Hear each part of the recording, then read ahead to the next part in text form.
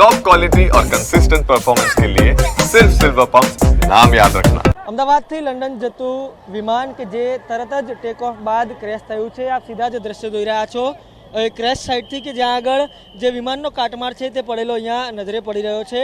ન માત્ર એટલું પરંતુ અહીંયા આસપાસ જે ઇમારતો આવેલી છે તે ઇમારતને આવીને સીધું જે વિમાન અથડાયું છે અને તેને કારણે જે ખૂબ મોટા નુકસાનની એક આશંકા છે તે વ્યક્ત કરવામાં આવી રહી છે। દુર્ઘટનાને પગલે પેરામિલિટરી ફોર્સને તમામ મોરચો છે તે સંભાળી દેવા માટે આદેશ આપવામાં આવ્યો છે। આ ઘટનાની સાથે જ મુખ્યમંત્રી પોતાનો સુરત ખાતેનો કાર્યક્રમ મૂકીને અમદાવાદ આવવા માટે રવાના થઈ ચૂક્યા છે। બીજી તરફ આપ દ્રશ્ય જોઈ રહ્યા છો જે લેન્ડિંગ સાઇટ છે ત્યાંથી અનેક જે મૃતદેહો છે તે પણ કવર કરવામાં આવી રહ્યા છે। તેની સાથે કતારબંધ જે એમ્બ્યુલન્સ છે તે પણ ખડકી દેવામાં આવી છે। તો બીજી તરફ પણ આપણે દ્રશ્ય બતાવવાના પ્રયાસ કરીશ કે જે વિમાન અથડાવાના કારણે બાજુમાં જે ડૉક્ટર હાઉસ આવેલું છે તે ડૉક્ટર હાઉસમાં આગ લાગવાની જે ઘટના છે તે પણ સામે આવી છે અને લગભગ બે મોટી ઇમારતો એવી છે જ્યાં લગભગ 80 જેટલા આવાસીય મકાન છે તે આવે છે અને આ તમામ જે છે તે અત્યારે આગને હવાલે છે। ફાયર વિભાગ દ્વારા આ તમામ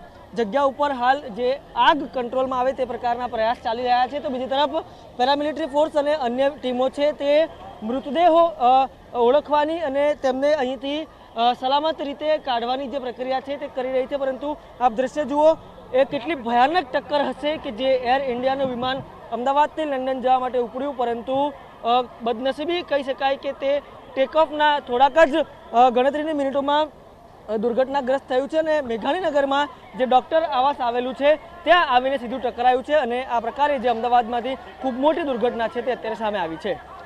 કેમેરા પર્સન મનીષ ત્રિવેદી સાથે રોનક વર્મા, TV9 અમદાવાદ।